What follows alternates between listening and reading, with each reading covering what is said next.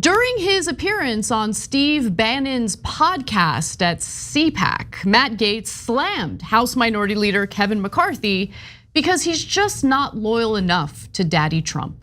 Let's watch.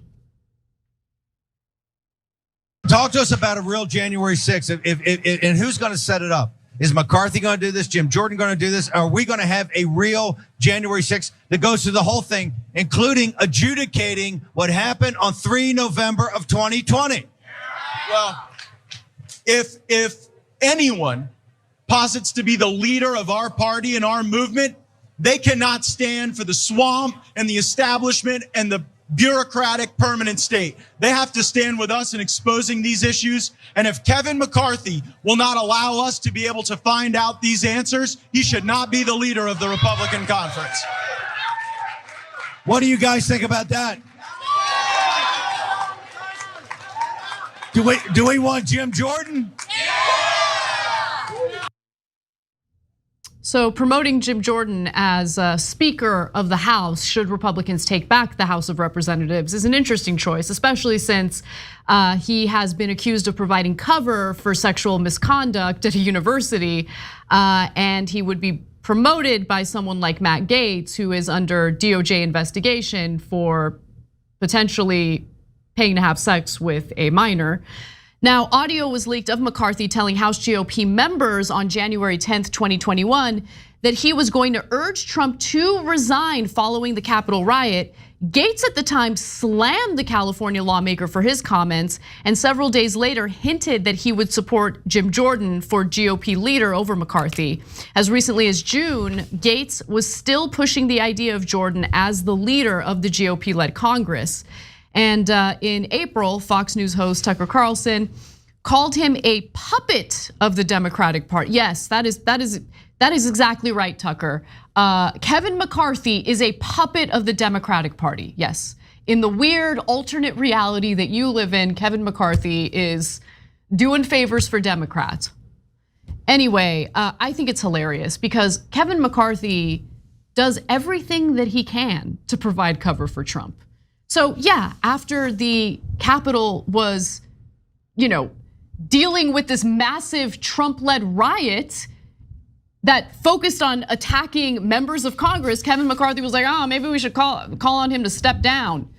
But he immediately changed his mind and started providing cover for Trump again. In fact, after Trump's Mar-a-Lago residence was raided by the FBI following a warrant that was signed by a federal judge, McCarthy said that as soon as they gain power of the House, they're gonna launch an investigation. Attorney General Merrick Garland, preserve your documents and clear your calendar. I have seen enough.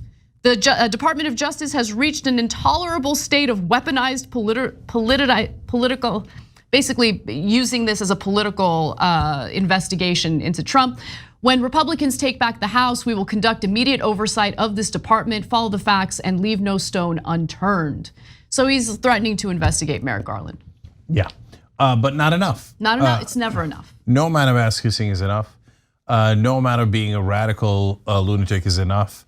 No amount of kneeling and degrading yourself is enough. Because McCarthy, like on the day of January 6th, or as Bannon would call it, 6 January of 2020 or 2021, why does he speak like that? Just small side note. 3 November of 2020, who says that? Anyways, so on that day, Kevin McCarthy was like, hey, could you, Mr. President, could you please not have your followers murder us? They're like, disloyal, we hate him forever, okay? Later, by the way, McCarthy would, right away after that, go back down to Mar-a-Lago and get on his hands and knees in front of Donald Trump. Yep, that's right. But no, not enough.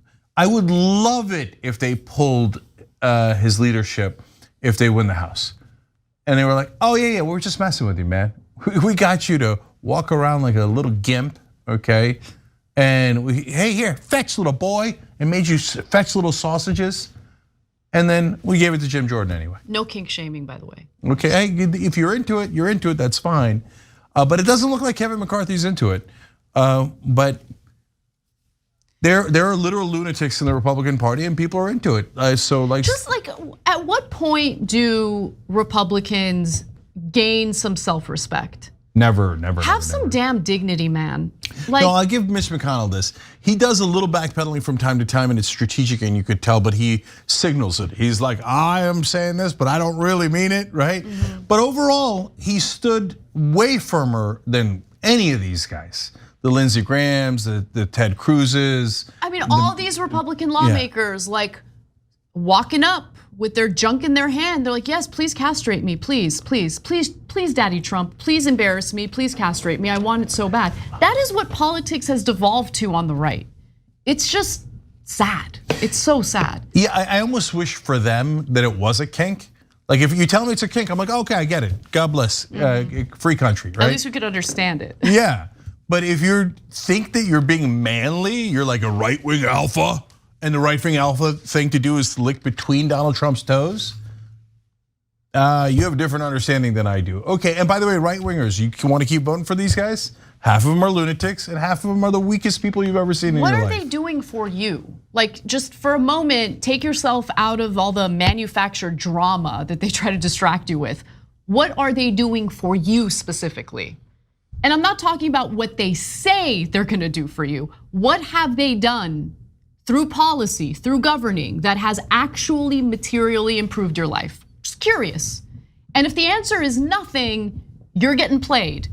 Similar to how Democratic voters get played by all these hyped up reports about the Inflation Reduction Act. Like, guys, wakey, do a little reading and try to ask yourselves before you decide to, defend all these politicians to the death, what have they actually done for you? And these Republicans talking about the swamp. You guys are the swamp. Yeah. You can't get enough of the swamp. They swim in the swamp all day, all night. They love the swamp monsters because they fund their campaigns. Yeah, last thing, Trump says this all the time, and today a lot of people in right-wing media were saying, they say Trump is you. If they're attacking Trump, they're gonna come for you next. No. And it's a prelude to coming for you. He's defending you by taking all the blows, otherwise they would be at your doorstep, right? No, Trump isn't you. He inherited $413 million. He's solidly among the elites. He didn't even earn it. He was just handed the money, right? And he gets you to defend him, who's at a minimum multi-millionaire. He claims billionaire, and when in reality he's never done anything for you. How is he you? He never argued for higher wages. He argued for lower wages. He's playing golf at Mar-a-Lago while his supporters who stormed the Capitol are sitting in prison. Trump is not you because Trump has been treated as though he is above the law. If an ordinary Republican voter carried out the criminal acts that Trump has carried out, they would be in prison. Many of them from January 6th are in prison, even though Trump himself said that he was gonna march to the Capitol with them. Just, guys, my fellow Americans, I'm just looking out for you. Be smarter, stop getting played. That's it, that's all I wanna say.